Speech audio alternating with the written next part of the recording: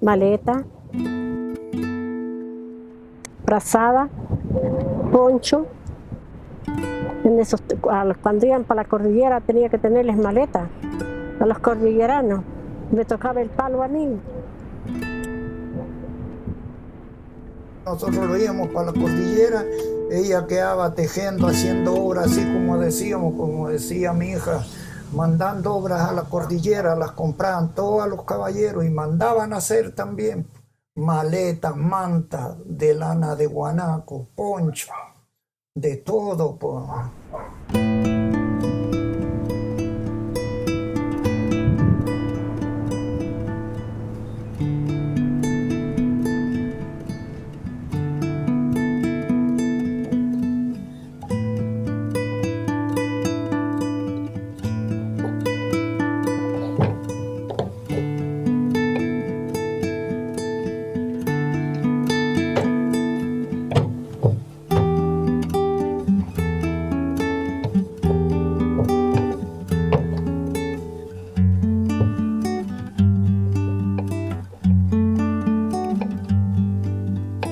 Ese es un elemento que resulta fundamental. Los crianceros, es decir, las comunidades, las llamadas comunidades agrícolas, que son más bien comunidades agroganaderas que comunidades agrícolas, que más del 90% de esas comunidades están en la región de Coquimbo. Por lo tanto, es un elemento fundamental, característico, que reúne a cientos de familias, a miles de personas dentro de la región y que tienen una forma de vida, una forma de producción, elementos comunes y cuyas necesidades muchas veces son las que han motivado y permitieron el desarrollo de ciertas actividades como los telares en la región.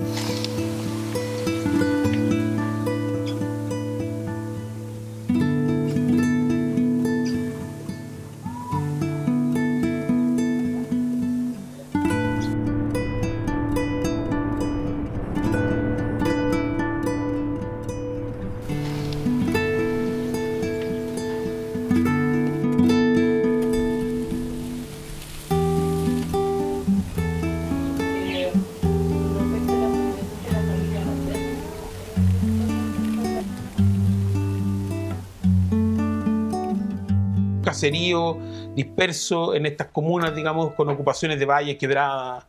Entonces, básicamente rurales, básicamente hasta el siglo XX, que uno ve que las municipalidades son su preocupación los caminos, súper aislados, digamos, lo que estimula también la autosatisfacción, digamos, de bienes manufacturados de manera artesanal. La diversidad de tejido y principalmente con el tejido a telar, que era parte fundamental que los campesinos han tenido a lo largo de la historia dentro de sus actividades, mujeres y hombres, desde el telar plantado, que era el que originalmente el más usado, y de ahí se han ido agregando una serie de más telares que hoy día realizamos muchas personas.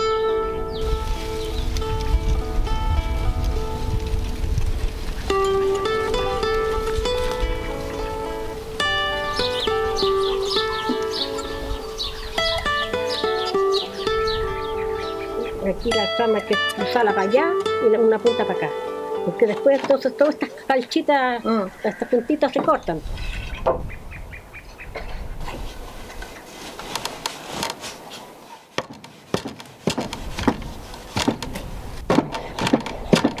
Entonces bien apretado, no hay para qué enroquillar tanto.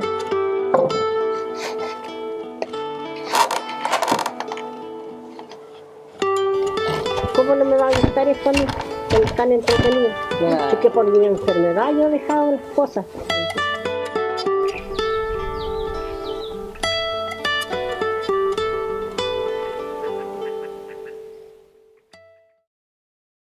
El mestizo. Es decir, evidentemente no existía ese concepto de tejer así, con lisos, en los tiempos precolombinos, aunque se hacían tejidos complejísimos, pero el orden estaba antes que nada en el corazón y en la cabeza del tejedor y en la capacidad de separar capas de urdimbre con reglas, con palitos, ¿no? Entonces el telar usa 4 pedales. Entonces si yo tengo que pisar 2 para que suba para arriba y 2 para que baje. Entonces ahí tengo que tejer. Ahí voy tejiendo con los 4 pedales. Entonces eso, si uno le pone menos, no puede tejer porque el liso tiene que bajar hacia abajo. Tiene que bajar y subir. Entonces al pisar los 2, baja uno y después pisa 2 más, sube el otro. Entonces ahí va a ir tejiendo la obra. Y ahí se va pasando la aspa y pasando la trama. Pasándole la trama a la fresada y ahí tiene que ir uno pegando para que quede más firme, porque uno tiene que pegarle para que quede chiquitito la lista que uno le va poniendo, porque si no le queda muy gruesa. Entonces por eso uno tiene que, entre más le pega, queda mejor, más fino el tejido. Lo voy tirando con cordel porque yo tengo que ir dando vueltas, ovillando, dando vueltas el telar para que vaya la fresada doblándose. Y después ya se saca total, ya que está lista la fresada. Y hay que coserla porque sale de dos pedazos. Coserla, cortarla y coserla al medio para que salga la obra.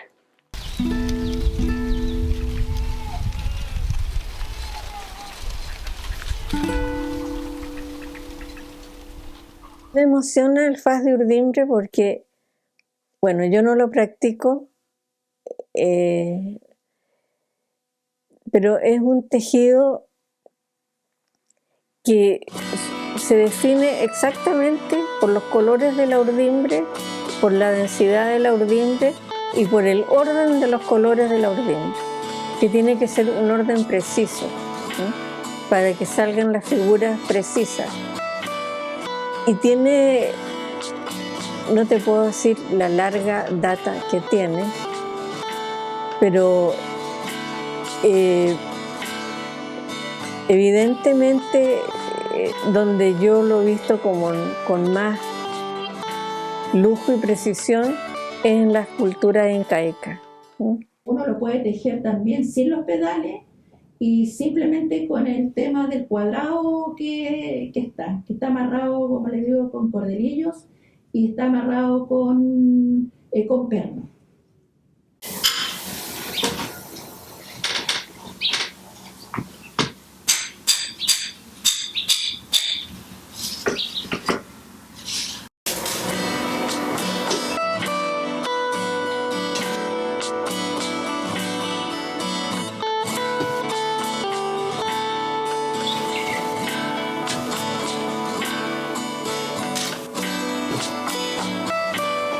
Y la tabla después de la tabla.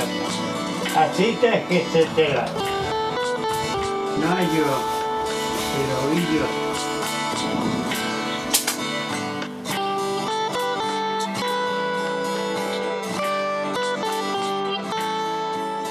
El cómo ellos llegaron a concebir este urdido largo, enrollar, pasar todos los hilos por 4 lisos para después pisar 2 pedales y otros 2 para tener más liviana la calada, no lo sé. Esa es una historia larga que pertenece a la cultura local y que yo no la conozco.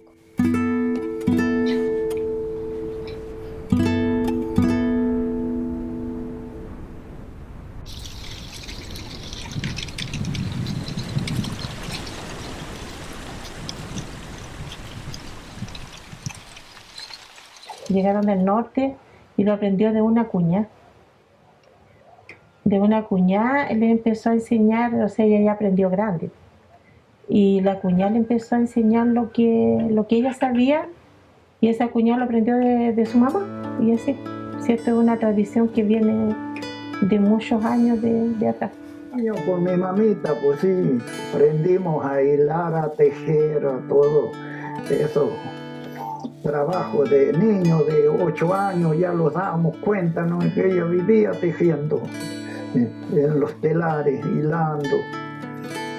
ayudábamos a torcer, a hilar, a veces a pasar trama que le llamábamos para tejer, pues, ¿sí? Hacíamos cualquier trabajito, le ayudábamos siempre a mi mamita. Donde antes cada familia lo hacía porque era parte de la vestimenta que usaban los campesinos, principalmente los crianceros, que tenían que ir a las veranadas cordilleras, las veranadas argentinas, no solamente en usar los ponchos que tenían la forma térmica del campesino criancero, donde el agua, la nieve pasaba, se resbalaba y no pasaba hacia adentro, donde tener las calcetas para que los pies estuvieran bien abrigados y las fresadas. Mira, eran de colores vivísimos y de muy variedad tremenda. Por ejemplo, lo que eran frazadas para la cama eran gruesas, de fondos blancos, ellos le llamaban picos a unas entradas triangulares de colores intensísimos, naranja, rosa, a veces bordeado con un verde. Era una cuestión impresionante.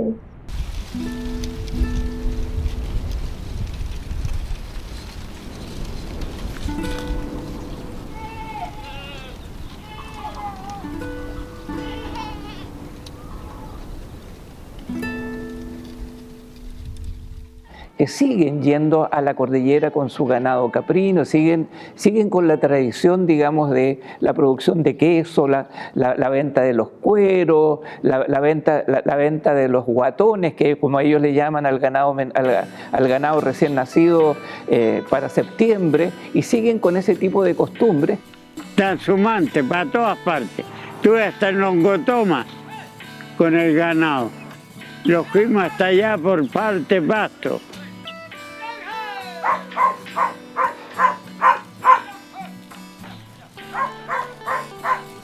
$1.150 cabras, 200 ovejas, como 60 yeguas, burros, de todo había harto allá.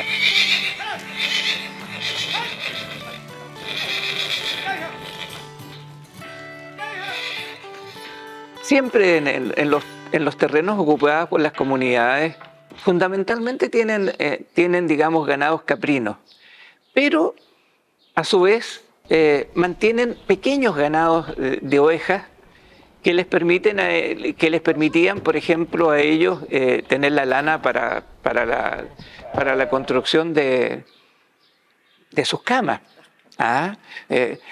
Indudablemente usaban eso. Además, también tenían la posibilidad de usarlo para los tejidos.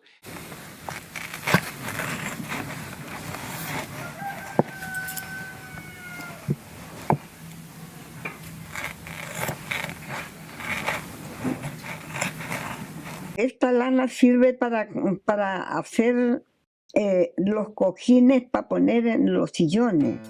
También los almohadones que pone en las camas cuando sufren mucho de dolores de espalda, del cuello.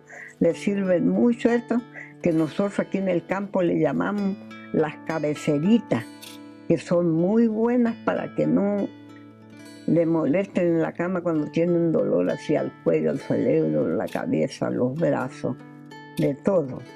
Eso es todo lo que da, es lo de uno muy bonito.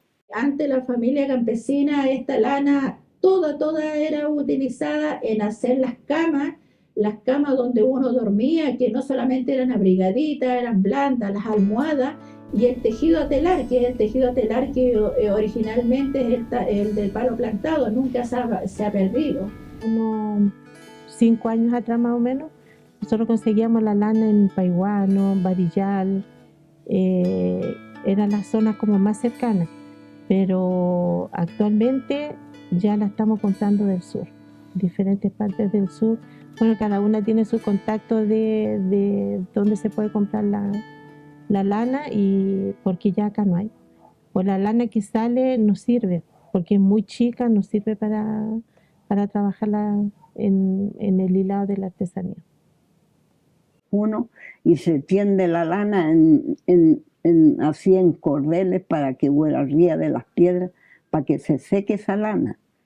esa lana después uno viene y la lavamos, que quede bien limpiecita, blanquita como algodón, y de ahí después esa lana se empieza a hacer por hebrita y a hilarla en los usos, unos usos que son unos palitos, se empieza.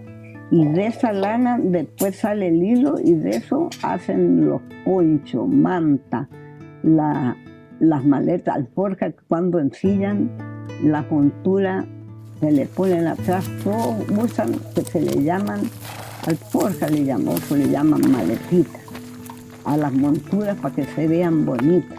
También se les hacen unos poquitos de lana así y se les ponen como de lujo, quedan muy lindos. Eso es todo lo que se hace con la lana de oveja. Uno de muy corta edad empieza haciendo como los teñidos antiguamente se usaban, que eran las anilinas que se vendían y que en la escuela nos hacían que teníamos que teñir determinados paños, etcétera. O uno quería cambiar los colores de un chaleco que uno tenía y ahí fueron como las primeras desde de la industrialización. Pero cuando empezamos a ver que nuestros teñidos, que lo que nosotros teníamos nos podían dar unos colores que a veces son espectaculares, que uno a veces le dicen, mire, si usted lo hace con esta planta o de esta manera, le van a salir. Y por eso yo insisto que depende cómo uno se encuentre en el momento. Sí, de mucho antes. El papá del director del Museo Histórico de La Serena, Carlos Iribarren Charlín, tenía un estudio sobre Chapilca y él decía en ese entonces que ya había una antigüedad de 150 años y ya parece que en ese entonces ya había colorantes químicos. O sea, lo que pasa es que a la gente le gusta el color, necesita el color. Y no hay que estar con que es químico, industrial o es obtenido a través de procesos de plantas o de minerales de la zona. Lo que importa es el color y lo que para ellos significa el color. Es muy duro, digamos, para el trabajo femenino el telar de palo plantado, porque requiere, o sea, te produce un daño permanente de las articulaciones de los brazos, el ser telares tan largos, esos telares que mi papá describe, dice que algunos tenían sobre 5 metros de largo. Entonces, claro, eran jergones que eran enormes, por lo tanto implicaba un trabajo enorme también el moverlo, el hacer todo el trabajo, porque a pesar de que tenían pedales, es decir, uno pudiera hablar de que de que hay allí un telar mixto, digamos, tradicional indígena, pudiéramos llamarle, y con español por el asunto de la presencia de los pedales. Sin embargo, es incómodo para trabajar. Es decir, no podemos decir nosotros de que todo telar de palo plantado tiene un origen dieguita. Nuestra región ha sido poblada por distintos grupos humanos que han permanecido acá. Quizás el concepto de dieguita es bastante más amplio que lo que uno pudiera hacerlo, es decir, determinar qué es o quién es el dieguita por un tipo cerámico, por un tipo de entierro, pero hay un montón de otra gente que trajeron de Argentina, hay gente, digamos, quechua, hay gente que llegó desde la zona del área del Titicaca, esta gente que llegó de la zona mapuche. Por lo tanto, somos una región que tiene una mezcla bastante grande. Somos en cierto sentido mestizos también de esa naturaleza, es decir, no solamente pensar en el mestizo español indígena, sino en el mestizo de diversos pueblos indígenas que ocuparon aquí la región.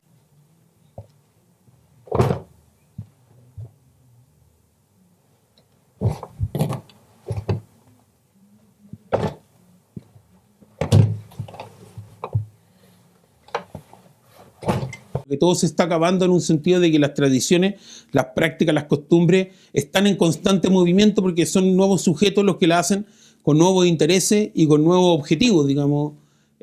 Por más que la técnica de disponer la urdimbre de un tejido sea la misma que la de mi abuelita, yo como tejedora no soy igual que mi abuelita, no solo porque nos separan 60, 70 años, sino porque la función del tejido hoy día tiene una connotación patrimonial que hace 70 años no tenía ni por cerca de tenerlo. Con suerte podía pensarse, solo desde alguna gente que podía entenderlo, como folclore. Pero ni siquiera, digamos, era simplemente un oficio. En estos tejidos de los telares, del telar plantado o de los telares que nosotros hemos ido acomodando, hemos ido eliminando piezas o incorporando otras piezas, tiene que ver también con la innovación desde nuestra creatividad. Trabajos pequeños que se usan más como para el computador.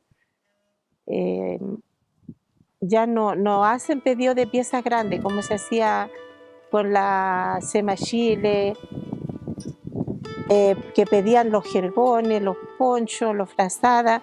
Ahora lo que más piden son las pieceras y cojines. Cojines son los que más se piden. Y bolsos de computadores. Esos son los trabajos que están pidiendo ahora. Yo no participo de eso porque yo me quedé con la artesanía antigua, de hacer los trabajos a criterio del artesano.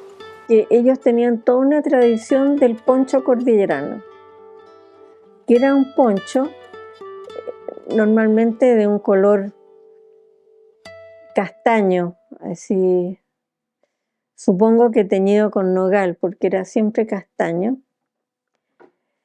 de muy densa urdimbre y muy largo, de manera que le tapara las piernas al jinete. Muy bien hecho, con estas flecaduras y aquí con corbatita, con su dorsal, o sea, era una cuestión divina, o sea, importante. Y por dentro cardado. Y este poncho tenía que servir para cruzar la cordillera.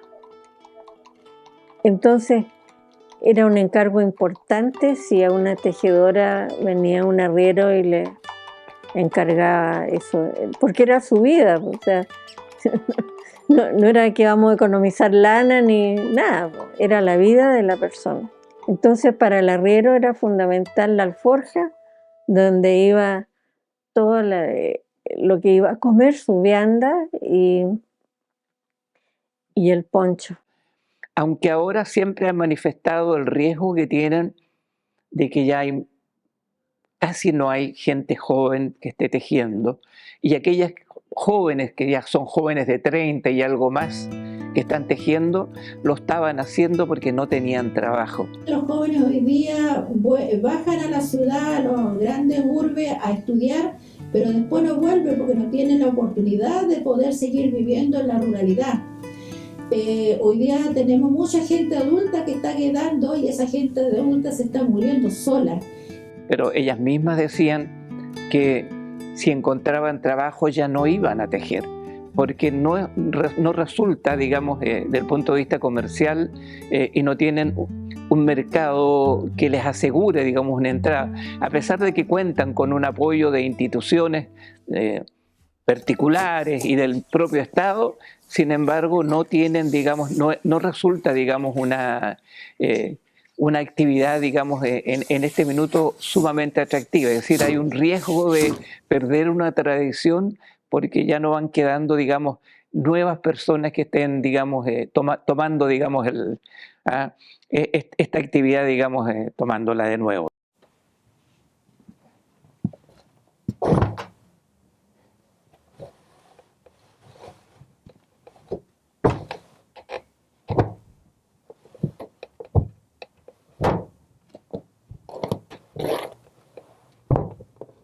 ¿Qué va a pasar con los artesanos? Eso como que...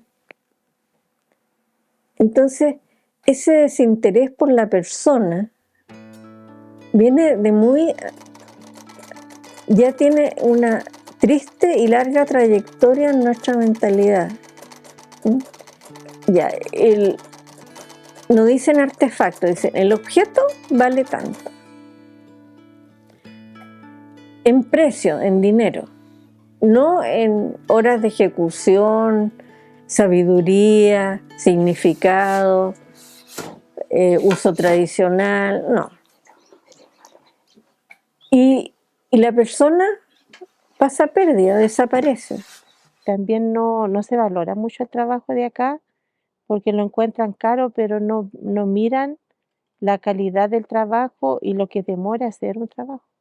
Porque los trabajos de acá todo es manual. Y cada trabajo tiene su demora. Por ejemplo, este poncho que yo lo estoy exhibiendo aquí ahora, para una artesana es un trabajo de 3 meses. Y si uno quiere hacer trabajos como más cantidad o en menos tiempo, hay que trabajar en conjunto con otras artesanas para que pueda salir como más rápido. Sí. Y cada tejedora tenía un cuaderno. Y en ese cuaderno, en cada reunión se anotaba cuánto le había costado el vellón, cuánto había mermado en la limpieza, cuánto había salido en hilado y qué tipo de hilado, grueso, mediano o fino. Cuánto costaba la carga de leña para teñir, para calentar. Cómo se había conseguido las anilinas, si había ido a Rivadavia a comprarlas a Cerminate o si había teñido con material natural. Todo eso, ellas tenían su cuaderno cada una. Y la idea era que cada una supiera lo que valía su trabajo y ella, de acuerdo al valor que le asignaba en tiempo, calidad, ahí pudiéramos llegar a un precio justo.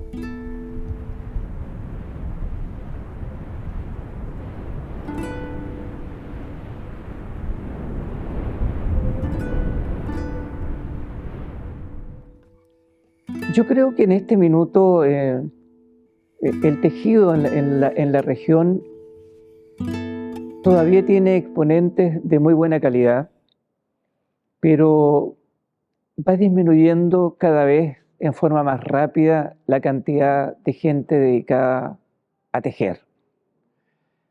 Van quedando, todavía aparecen, el otro día me hablaban de algunas tejedoras en San Pedro de Pichasca, por ejemplo.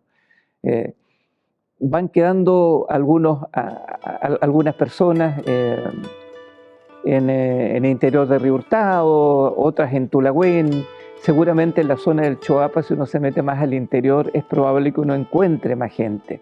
Por lo tanto, es bien complejo el poderlo hacer, salvo que haya un ministerio como el nuestro, el de la cultura, las artes y los patrimonios, porque así debería ser, el que de alguna manera pudiera, a través de financiamiento permanente, trabajar con ellas y permitir, digamos, que se pudieran realizar las obras tradicionales junto con aquellas que requiere el mercado hoy para que les permita vivir y les permita seguir con esta tradición.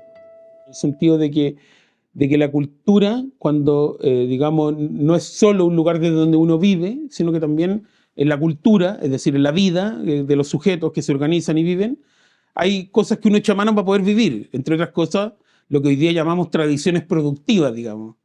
Y eso hoy día tiene una salida que es el turismo. Y la vinculación entre el turismo y la cultura tiene que ser una articulación inteligente, porque si no, los lugares rurales van a seguir despoblándose. Porque la gente no vive en un lugar donde no puede vivir de algo, digo. Miramos nomás ya las tradiciones, ya se han terminado todas porque mis niños todos se fueron a trabajar a otros lados, trabajan en otras cosas. Mis hermanos igual, pues también ya viven ellos de crianceros, retirados, ya hemos quedado más solos ya. En las posiciones ya vamos quedando muy poquito, van quedando. Entonces, que haya gente tejiendo, a mí me produce emoción, mucha esperanza en el ser humano y no puedo dejar de sorprenderme. Yo ahora tengo tejido, tengo frazada, tengo un poncho, tengo maletas guardadas de mi madre que son recuerdos que ya no van a volver, ya no va a volver esa persona a hacernos todo lo que tenemos, lo que conservamos, lo que nos dejó hecho en ese telar. Esa persona ya no va a volver.